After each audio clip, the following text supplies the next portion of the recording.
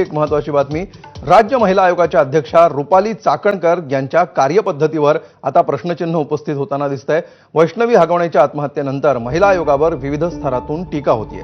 अशातच विधान परिषदेच्या उपसभापती नीलम गोऱ्हे यांचा महिला आयोगाच्या अध्यक्षा रुपाली चाकणकर यांच्यावर त्यांनी निशाणा साधलाय। नीलम गोऱ्हेंनी पोलीस दलाच्या कार्यक्षमतेवरही बोट ठेवलंय। निलेश चव्हाण आणि हगवणे उच्चपदस्थांच्या मदतीनंच 5 दिवस बाहेर राहिले असं गोऱ्हेंनी म्हटलंय। पोलीस स्टेशनमध्ये असंवेदनशीलता दिसते, तिथे आर्थिक बाहुबलींची सत्ता आहे। पोलीस ठाण्यामध्ये असंवेदनशीलता आहे, तिथे आर्थिक बाहुबलींची सत्ता असल्याचा आरोप नीलम गोऱ्हेंनी केला।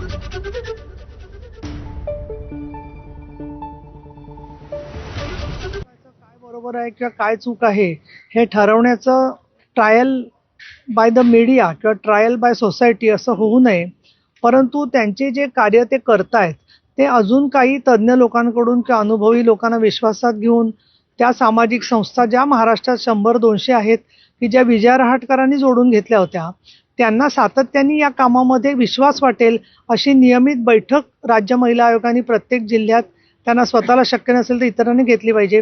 दुसरी माझी माननीय राज्य सरकारला विनंती आहे की सदस्य आयोगाचे लवकर नेमले जावेत।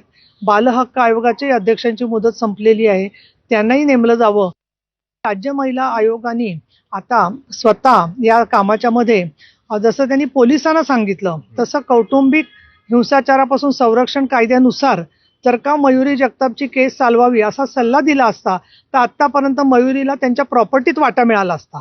आणि म्हणून मला असं वाटतं की पोलिसांनी केलं नाही हे सगळे ब्लेम गेम पेक्षा पीडित महिलांना न्याय मिळण्यासाठी त्यांची कायदा साक्षरता सगळ्यांनी मिळून वाढवणं, मग त्याच्यामध्ये मीडिया आला, आम्ही आलो, या महिला संघटना आल्या, त्या सगळ्यांनी या महिलांच्या पाठीमागे उभं राहिलं पाहिजे असं मला वाटतं। तर